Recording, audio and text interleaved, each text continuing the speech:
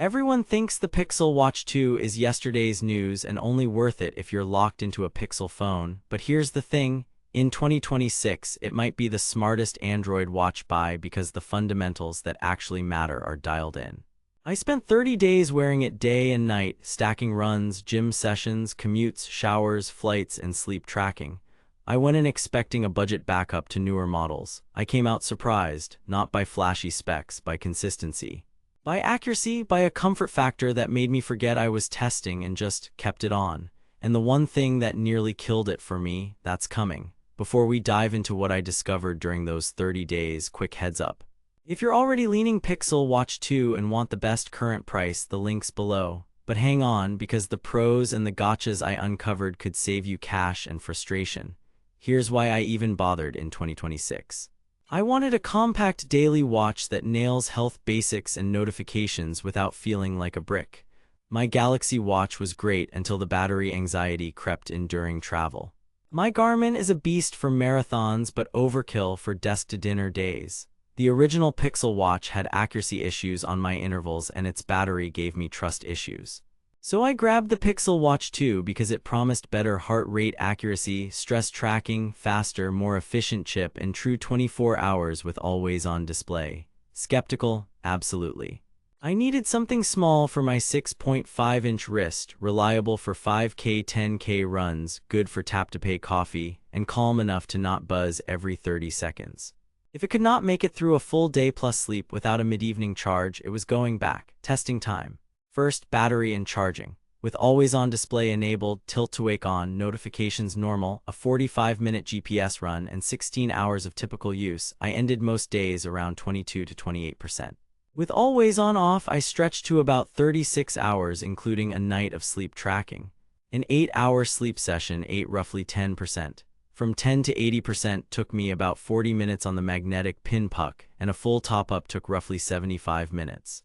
But then, the catch, it does not do Qi wireless charging. If you forget the puck, you're out of luck. That stung me on a weekend trip. Visual, show the battery graph overlay and a real-time charge timer, fitness and accuracy. I paired a Polar H10 chest strap to benchmark heart rate on 3 runs, an easy 5K, a 10K with hills, and an interval workout. Average heart rate was within 1 to 2 BPM of the chest strap on the steady efforts, max heart rate within 3 BPM, and the intervals lagged by about 5 to 8 seconds during the first ramp-up, which is normal for wrist optical. GPS accuracy was solid with multipath areas downtown. My route overlay stayed on the sidewalk instead of the middle of the street in 2 out of 3 test loops. Under heavy tree cover, it wobbled but corrected quickly. Swim tracking in a 25m pool was accurate on lap count. Open water was serviceable but not perfect. Visual, overlay chest strap versus watch HR and a GPS map side by side. Smart features. Notifications came in clean, with quick replies and voice dictation that actually understood my mumbling. Google Assistant handled timers, messages, and music fluently. Tap to Pay with Wallet worked reliably at grocery terminals and subway gates. Maps turn-by-turn on wrist was clutch on a new running route. Phone calls on the LTE version were clear enough to order takeout on a windy street. But then, cross-compatibility, it works best with Pixel phones, but I ran it on a Samsung and a OnePlus with no deal-breaking quirks beyond the usual Wear OS app permissions dance. No iPhone support, full stop. Visual. Show wrist payment and a mini navigation demo. Comfort and build. The 41mm aluminum case is light, the domed Gorilla Glass looks like a pebble on the wrist, and the bottom is smooth. At 31-ish grams without strap, it disappears under sleeves. But here's where it gets interesting. The one-size approach is a blessing for small wrists, a compromise for big ones. The bezels are still chunky. You notice them during bright outdoor use. The proprietary band system is fast and secure, but you are largely locked to Google's ecosystem or adapters. Water resistance is 5 ATM, shower and pool were fine. Visual. Close-ups of the bezel edge, band swap, and water test. Safety and wellness. Fall detection and safety check worked as advertised in simulations.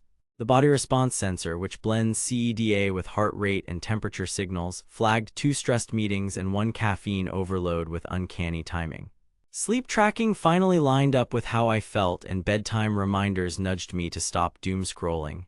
But then, subscriptions, deeper insights live in Fitbit Premium. You can skip it, but the advanced stress and readiness scores sit behind the paywall. My biggest surprise was heart rate accuracy over time. After 30 days, weekends, and a couple of sweaty hit sessions, the multipath heart rate sensor held its consistency. That is unusual at this price bracket in 2026, where many budget wearables drift during intervals. I also didn't expect the body response nudges to be useful, but linking spikes to calendar events helped me preempt stress with a 4-minute breathing session. Input bias matters. I logged 23 tracked workouts, 8 commutes with tap to pay, 9 nights of sleep scores compared to an Oura Ring, and 3 long runs. Against my expectation that it would feel dated next to newer models, it mostly didn't. Yes, the bezels are there. Yes, the charger is proprietary. But the day-to-day fundamentals, notifications, payments, fitness accuracy, comfort are better than the marketing hype ever conveyed in year one. Compared to newer, pricier watches with multi-day batteries, the Pixel Watch 2 trades endurance for compact comfort and reliable health data. Too good to be true.